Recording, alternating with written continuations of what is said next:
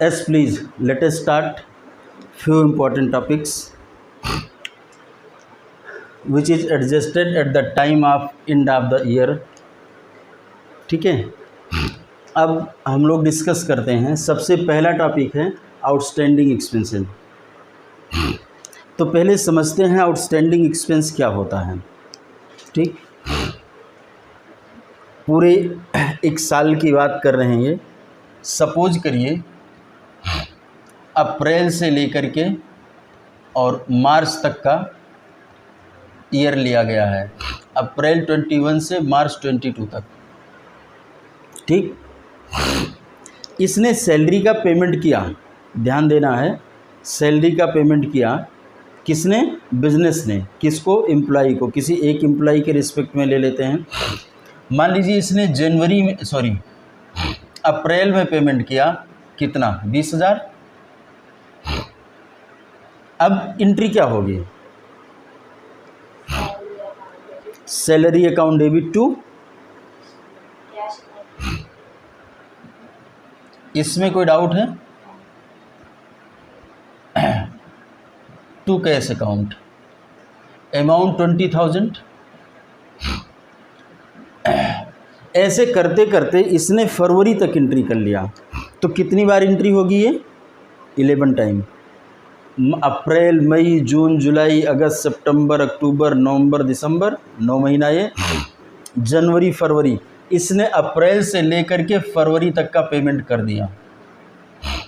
ठीक है, तो कितना महीना हुआ? 11 मंथ। अभी मार्च आ गया है, मार्च का इसने पेमेंट नहीं किया। मार्च का पेमेंट मान लीजिए बाद में करेगा, अगले महीनों में करेगा। लेकिन मेरा ईयर क्लोज हो रहा है। अब अगर मुझसे पूछा जाए सैलरी पर कितना खर्च किया है, खर्च का मतलब पेमेंट नहीं होता है, खर्च का मतलब, एक्सपेंस का मतलब क्या होता है? जो यूज कर लिया है। बात समझ में आ रही है?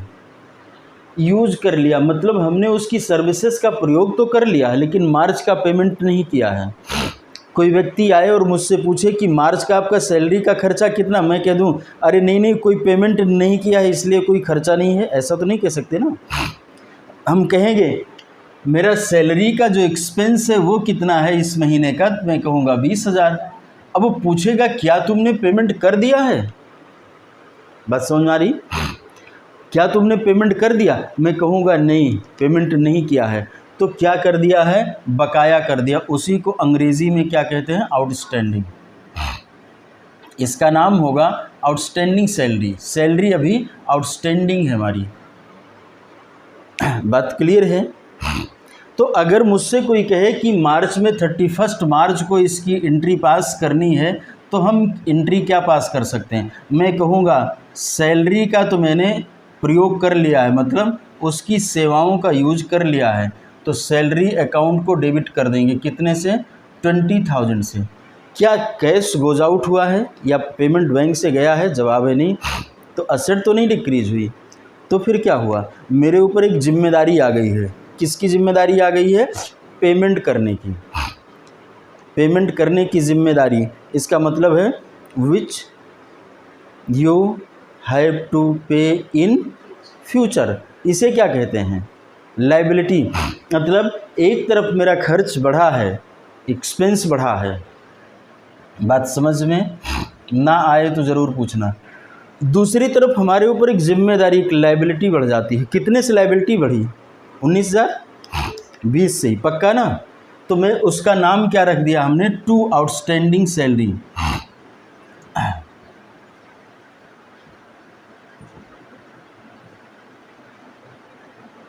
अकाउंट 20,000।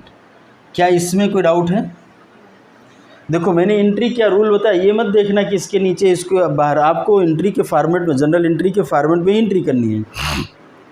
मैंने पहले ही कहा था, अब मैं कॉन्सेप्ट पढ़ाऊंगा, मैं फॉर्मेट नहीं पढ़ाऊँ। फॉर्मेट 1 दिन 2 दिन पढ़ा लिया हमने। अब इससे क्या समझ में आता है? जो हमारे एक्सपेंसेस का बकाया होता है उसको क्या कहते हैं? लायबिलिटी। मैंने किसी व्यक्ति से काम करा लिया, उसकी मजदूरी भी बकाया कर दिया, तो ये मुझे क्या करना है? देना पड़ेगा। देना है, कब देना, फ्यूचर में देंगे, और अगर फ्यूचर में देंगे तो यही तो लायबिलिटी कहलाती है। तो मेरे ऊपर एक मैंने खर्च कर लिया तो एक्सपेंस बढ़ गया, दूसरा मेरी लायबिलिटी बढ़ गई है, तो यहाँ पर हम रूल में क्या लिख देंगे, एक्सपेंस इंक्रीज़ और लायबिलिटी इंक्रीज। ये बात समझ में आई? अगर समस्या है तो पूछ लीजिएगा, नहीं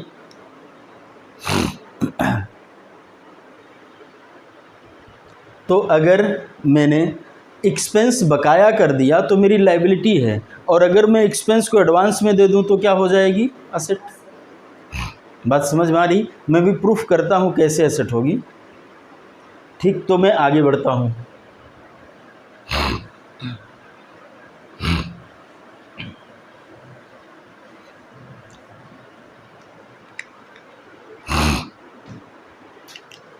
बिजनेस की एक कार है, कार का इंश्योरेंस हुआ, इंश्योरेंस 1 ईयर के लिए, ठीक है। ये इंश्योरेंस हमारा हो रहा है 1 जनवरी 2022, और जो ईयर है हमारा, ईयर हमने लिया था 1 अप्रैल 21 से लेकर के, और क्या ले लो, 31 मार्च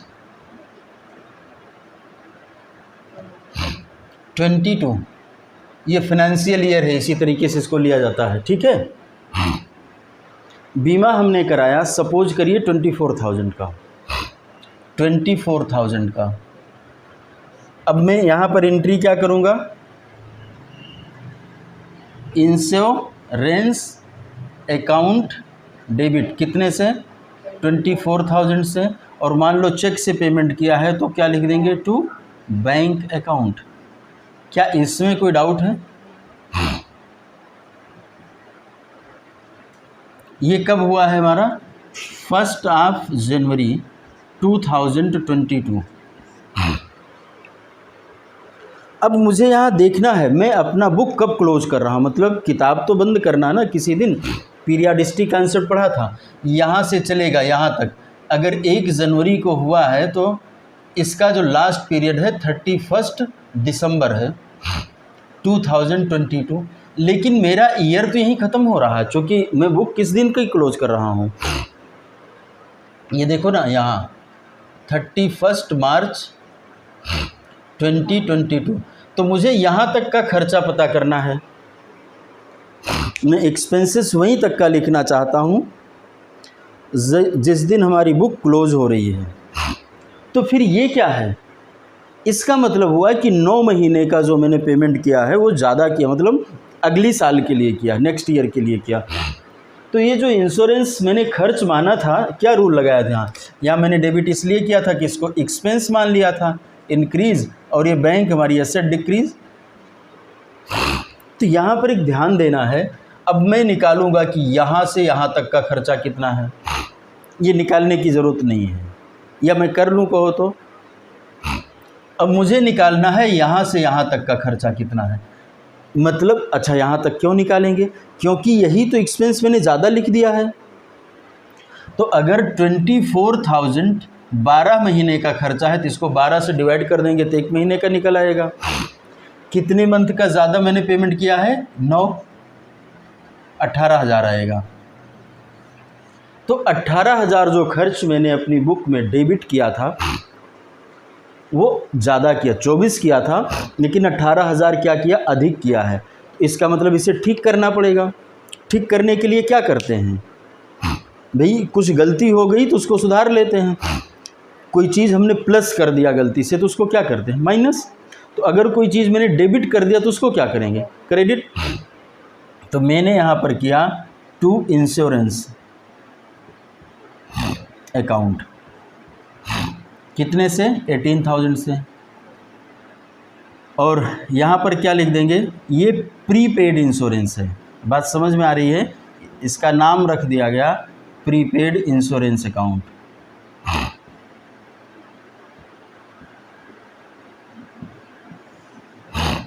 ध्यान देना है, आपकी बुक में ये एंट्री मिलेगी, ये वाली नहीं मिलती है, देख लेना बुक में शायद ये नहीं होगी।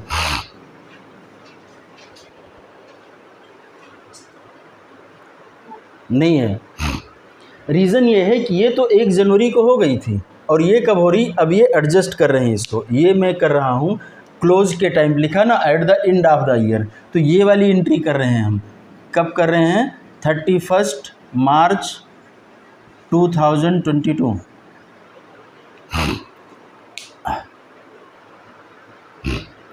तो इसमें कोई डाउट ना हो तो आगे बढ़ें। तो प्रीपेड समझ में आया? प्रीपेड ये वाली, ये 31 मार्च को करते हैं, ये तो हम पहले करके आए हैं, ठीक है। तो मैं अगला टॉपिक कवर करता हूँ, एक्रूड इनकम।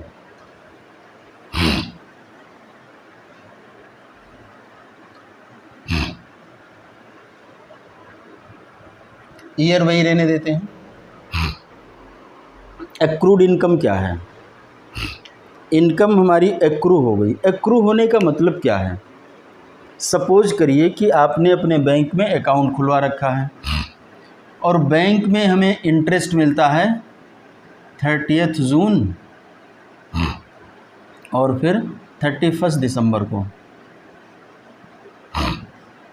ठीक। तो 31 दिसंबर को मुझे इंटरेस्ट मिल चुका है, लेकिन अगला मुझे इंटरेस्ट कब मिलेगा? 30 जून को मिलेगा। लेकिन मेरा इंटरेस्ट एक्रू होता रहता, पर डे एक्रू होता रहता। ऐसा नहीं है कि वो उस दिन ड्यू है। 30 को तो मिलना है। जैसे हम कोई काम कर रहे हैं तो हमारी मेहनत रोज़ जुड़ रही है ना, एक दिन मिलना है तो ये मिलने की डेट है। तो मतलब ये हुआ कि इनकम एक्रू हो गई। इसका मतलब होता हमने इनकम को अपने अर्न कर लिया, कमा लिया है। तो इस तारीख को मान लीजिए हमारा 1000 इंटरेस्ट कैलकुलेट करके ले आते हैं, वो भी हम नहीं बताएंगे कैसे इंटरेस्ट कैलकुलेट करेंगे। तो 1000 रुपये यहाँ पर अगर हमारे इंटरेस्ट बन रहा है, कैलकुलेशन बैंक वाले करते हैं, बता देते हैं। तो ये क्या है? हमारी इनकम एक्रू हो गई है। एक्रू होने का मतलब इनकम मैंने कमा लिया है। तो इसका नाम रख देते हैं टू एक्रूड इनकम 1000। गलत लिख दिया मैंने।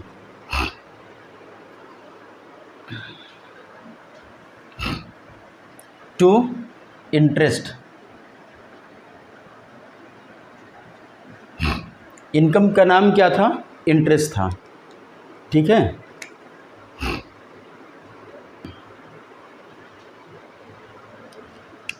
ये क्लियर नहीं है? ये 30 जून है मान लीजिए, ठीक है। इस दिन मुझे ब्याज मिलना है, ये बात क्लियर है।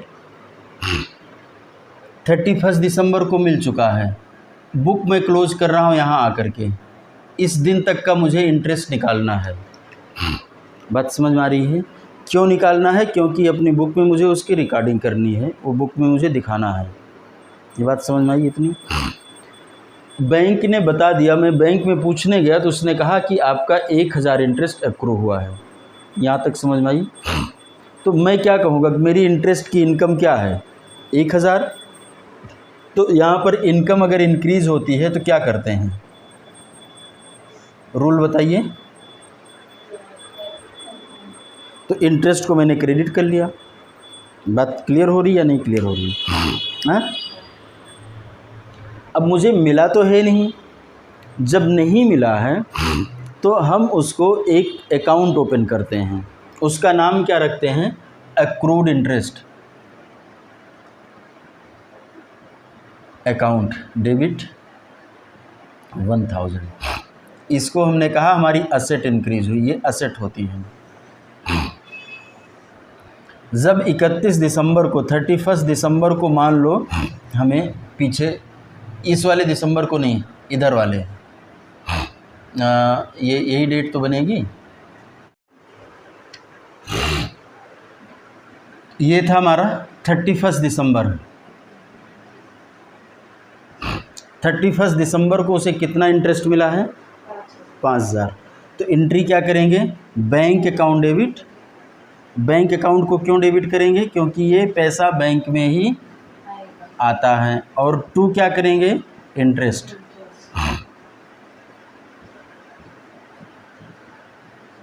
ठीक है। ऐसे कोई भी इनकम होगी, ये तो हम इंटरेस्ट एक एग्जांपल लिए हैं, वास्तव में यहाँ पर एक्रूड इनकम की बात कही गई, तो इंटरेस्ट भी इनकम है। इस तरीके से कमीशन भी इनकम हो सकती है। इंटरेस्ट लेते हैं तो खर्च है और इंटरेस्ट लेते हैं तो इनकम है और देते हैं तो एक्सपेंस है। उसी तरीके से अगर कमीशन देखें, कमीशन देते हैं तो एक्सपेंस है और पाते हैं तो इनकम है। ठीक, आगे बढ़े।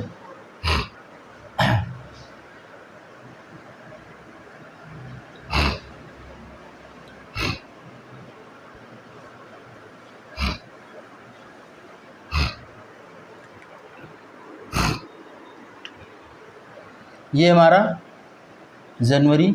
फर्स्ट जनवरी 2022 है, तो यही डेट 31 दिसंबर भी होगी, इसी जस्ट पहले।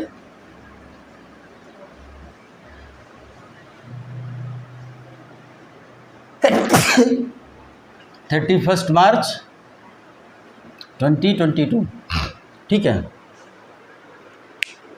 अनअर्न्ड इनकम की बात करते हैं।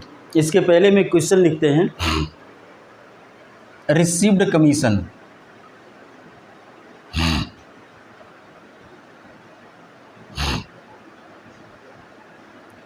₹5000। कमीशन रिसीव करेंगे तो एंट्री क्या करेंगे? कमीशन हमारी इनकम है, तो क्या लिखेंगे? बैंक, चलो बैंक में आया हुआ मान लेते हैं, बैंक अकाउंट डेबिट 5000। ये कैश लिखो, बैंक ना लिखो, चूँकि कैश अकाउंट, बैंक का कहीं हिंट नहीं दिया गया तो कैश माना जाता है। डेबिट और टू कमीशन,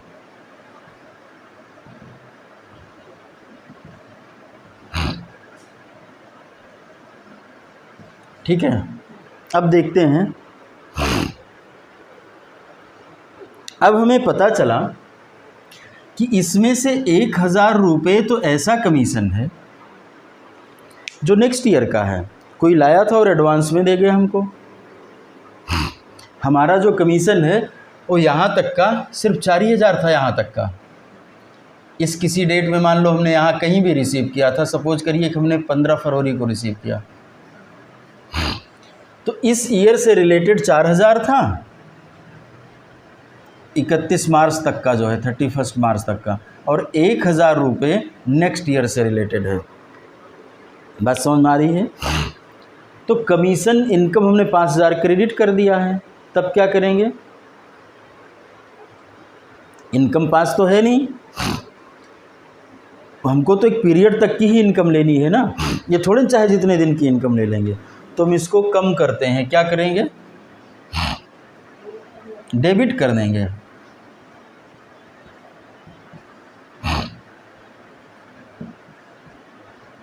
कितने से बोलो? और अनअर्न्ड इनकम, कमीशन, यहाँ चूँकि कमीशन वर्ड लिखा है तो कमीशन लिखेंगे। इनकम का मतलब हो गया कुछ भी लिख सकते हैं। इसमें डाउट है तो पूछ लो, है क्या? ये सब कब हो रही हैं? 31 मार्च को, जब ईयर क्लोज कर रहे हैं। लिखा भी है ना, at the end of the year. Clear? Doubt? Depreciation तो वैसे हम लोग पढ़ चुके हैं, लेकिन एंट्री कर लेते हैं। एक मान लीजिए हमारे पास असेट है, असेट की वैल्यू 1 लाख रुपए है और इस पर 10% डिप्रिसिएशन चार्ज करना है। कितना हो गया? 10,000। तो डिप्रिसिएशन अकाउंट डेबिट करते हैं।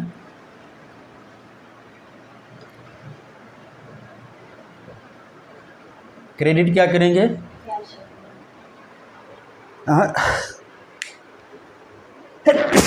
ये कौन सी एसेट है? मान लीजिए मशीनरी है, तो जब हमने मशीनरी खरीदा होगा तो एंट्री क्या की थी?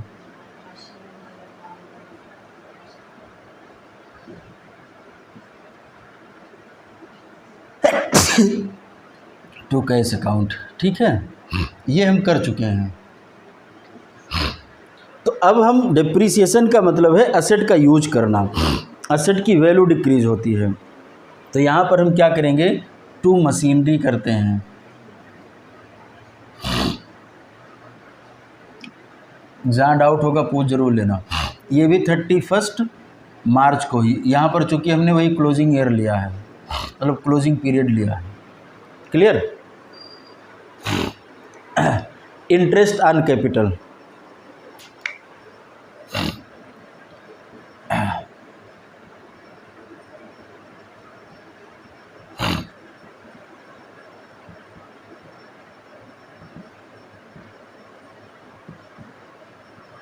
₹1000।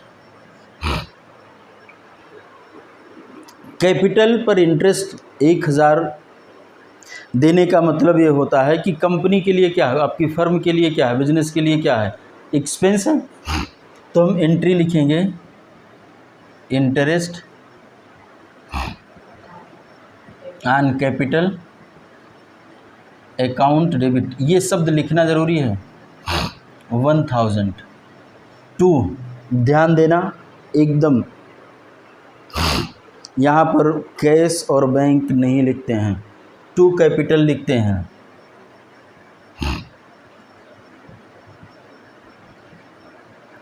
मैंने पीछे क्लास में पढ़ाया था, इसी कारण से जब हम इंटरेस्ट ऑन कैपिटल लिखते थे, अकाउंटिंग इक्वेशन में याद करो तो क्या करते थे, एक बार कैपिटल में प्लस करते थे, दूसरी बार माइनस करते थे।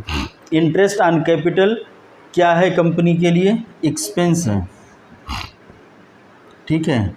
और ये कैपिटल इंक्रीज हो रही, इसकी कैपिटल में ऐड कर देते हैं।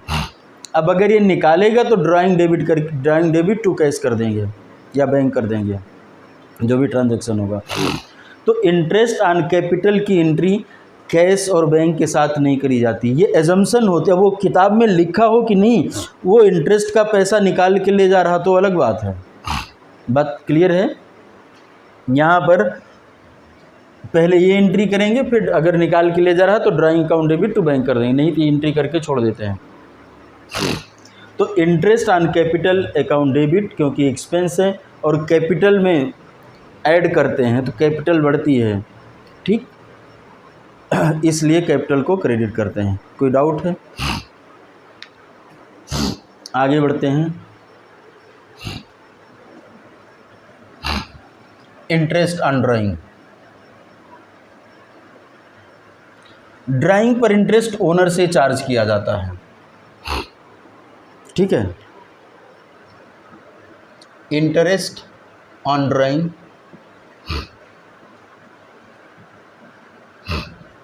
₹1500। ओनर से चार्ज किया जाता है तो बिजनेस के लिए क्या बात है, अच्छी बात है, मतलब प्रॉफिट हो रहा है। मुझे ओनर का नहीं सोचना हो, कुछ लोग ओनर को सोच करके कंफ्यूज हो जाते हैं। तो हमने कहा ये हमारी इनकम है, क्रेडिट कर देंगे to interest on drawing account, कितने से, 1500। डेबिट क्या होगा, ड्राइंग,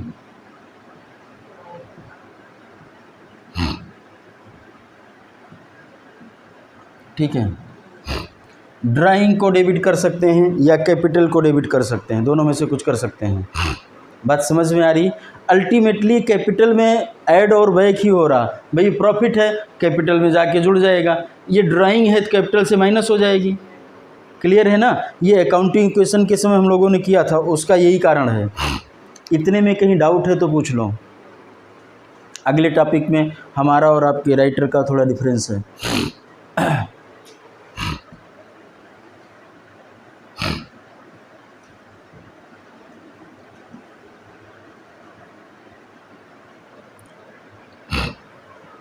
ठीक है।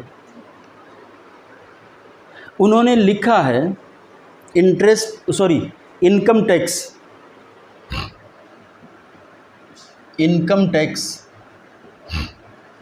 पेड रुपीज़, मान लो 10,000। उन्होंने लिखा है कि जब हम इनकम टैक्स का पेमेंट करते हैं, चाहे वो पार्टनर के लिए करें या प्रोप्राइटरशिप के लिए करें, तो सेम एंट्री होती है, वो गलत लिखा गया है। पार्टनरशिप के लिए क्या करते हैं, वो हम जब पार्टनरशिप पढ़ेंगे तो हम बात कर लेंगे। फ़िलहाल वो खर्चे में दिखाया जाता है, इसमें नहीं आता है, ठीक है। लेकिन अभी हम प्रोप्राइटरशिप बिजनेस पढ़ रहे हैं। मैं अभी ना तो पार्टनरशिप पढ़ रहा हूँ ना मैं कंपनी पढ़ रहा हूँ, मैं उसके बारे में नहीं जानना चाहता हूँ। लेकिन जो उन्होंने पार्टनरशिप फर्म के लिए लिखा है ये एंट्री नहीं होती है, दोनों के लिए सेम एंट्री नहीं होती है, उनका कॉन्सेप्ट गलत है, ठीक है। उसका कॉन्सेप्ट इसलिए गलत है, और ये होता क्यों है, ये अकाउंटिंग की वजह से नहीं होता, ये एक लॉजिक है। इनकम टैक्स में 7 तरीके के पर्सन बताए गए हैं, उसमें एक इंडिविजुअल होता है, एक पार्टनरशिप फर्म भी होती है। ये 2 पर्याप्त है बताने के लिए। पार्टनरशिप फर्म चूँकि खुद उसका असेसमेंट होता है, इसलिए आपको समझ में आए या नहीं आए मैं बोल इसलिए रहा हूँ, कोई सुने तो उसका रीज़न समझ ले अगर वो जानकार है तो यहाँ पर क्या लिखा है, drawing account debit 10,000 to cash या बैंक जैसे पेमेंट गया है, अकाउंट 10,000, ये एंट्री होती है। ड्राइंग क्यों होता है इसके पीछे का मैं लॉजिक बताता हूँ। दे तो रहे इनकम टैक्स, तो ऐसे लगता कि ये तो खर्च है, जी नहीं। किसी भी प्रोप्राइटरशिप बिजनेस में कभी भी उस बिजनेस के ऊपर टैक्स नहीं लगाया जा सकता है। आपने अगर सुना है कि उस बिज़नेस के ऊपर टैक्स नहीं लगाया जा सकता है तो सही है, लेकिन मैं ये नहीं कह रहा हूँ कि उस बिज़नेस की इनकम पर टैक्स नहीं लगाया जा सकता है। बात समझने की है, बिज़नेस पर टैक्स नहीं लगता है अगर वो प्रोप्राइटरशिप बिजनेस है तो। फिर किस पर लगता है, उसके मालिक के ऊपर लगता है। लेकिन बिजनेस की इनकम पर लगता है टैक्स, जो इसकी इनकम है उस इनकम पर टैक्स कैलकुलेट करते हैं, लेकिन उसकी लायबिलिटी किसकी होती है, जिम्मेदारी बिजनेस की नहीं होती है, ये जिम्मेदारी उसके मालिक की होती है। तो अगर ये जिम्मेदारी मालिक की और टैक्स जमा किया जा रहा है तो कर कौन रहा, बिजनेस कर रहा है, इसे ड्राइंग कहते हैं। लेकिन पार्टनरशिप में ऐसा नहीं है। पार्टनरशिप में टैक्स डिपॉजिट या टैक्स की जिम्मेदारी पार्टनरशिप फर्म की होती है। पार्टनरशिप में पार्टनरशिप फर्म की जिम्मेदारी होती है, इसलिए उनके लिए वो ड्राइंग नहीं होती है। उन्होंने लिखा है, यही तो लिखा है, एक मिनट मुझे दिखा दो, मैं देख लूँ ज़रा कहीं मैं गलत तो नहीं कह रहा हूँ। इन्होंने लिखा है income tax paid for sole proprietor and partnership business, साफ शब्दों में लिखा है। क्या लिखा है, income tax paid for sole proprietor and partnership business, payment of income tax is treated as a drawing of owner / partner, ये लिखा गया है। गलत लिखा है साहब ने। अगर ओनर निकालता है पैसा, मतलब प्रोप्राइटर पैसा निकालता है तो ये एंट्री होती है, और अगर पार्टनरशिप फर्म पैसा निकालता है तो ये एंट्री नहीं होती है। उन्होंने सरासर गलत लिख रखा है, ठीक है। तो मैं उस पर नहीं जाना चाहता हूँ, एंट्री क्या होती वो आपके कोर्स में नहीं है, ये बताना था। और इतने टॉपिक थे मैंने कवर कर लिया। फ़िलहाल अभी एंड में बहुत से टॉपिक कवर होते हैं, बहुत से टॉपिक आते हैं, वो हम लोग कब पढ़ेंगे, जब हम अपना फाइनल अकाउंट पढ़ेंगे। फाइनल अकाउंट क्या होता है, वो होता है बैलेंस शीट और प्रॉफिट एंड लॉस, ट्रेडिंग, जो भी इस तरीके के हैं लास्ट में बनाए जाते हैं। अब वो इनकम एक्सपेंडिचर भी हो सकता है, कुछ और भी हो सकते हैं, जो भी होगा। तो मैं उसको पोजीशन और फिर क्या कहते हैं परफॉर्मेंस स्टेटमेंट के नाम से या इनकम स्टेटमेंट के नाम से जान सकते हैं। तो हमने आउटस्टैंडिंग एक्सपेंस कर लिया। आउटस्टैंडिंग एक्सपेंस का क्या मतलब है, खर्चे का बकाया। खर्चे का बकाया क्या होती है, देना है अभी, लायबिलिटी। प्रीपेड एक्सपेंसेस मैंने पहले दे दिया है तो क्या किया, असेट है, ठीक। अक्रूड इनकम, अभी इनकम ड्यू नहीं हुई, ड्यू का मतलब है अभी मिलने का समय नहीं आया है, लेकिन एक्रू तो हो गई है। मान लो आज हम बैंक अकाउंट बंद कराएं तो मुझे इंटरेस्ट मिलेगा, नॉर्मली वो 30 तारीख को मिलना था, तो ये एक्रूड इनकम है, तो हमारी इनकम होगी उसको क्रेडिट कर लेंगे। एक्रूड इनकम नहीं, इनकम को क्रेडिट करेंगे। एक्रूड इनकम हमारी एसेट होती है।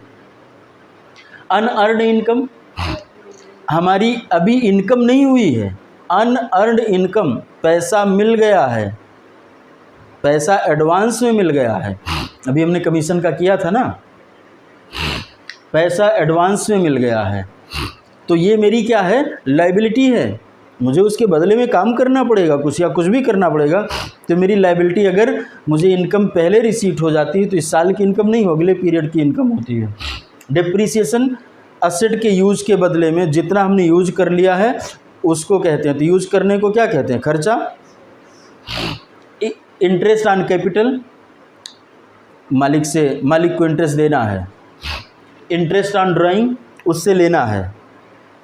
इनकम टैक्स पेड, मालिक की जिम्मेदारी होती है प्रोप्राइटरशिप बिजनेस में, तो drawing account debit to bank करते हैं। ठीक है, इतना मुझे लगता है अब जनरल एंट्री में कोई ऐसा टॉपिक तो बचा नहीं है कि बचा हुआ है, तो हम लोग जनरल एंट्री ख़त्म करते हैं, एक आध कोई और क्वेश्चन कर लेंगे आपकी बुक का और एंड करते हैं, फिर हम लोग क्या करेंगे, अगला चैप्टर शुरू करते हैं।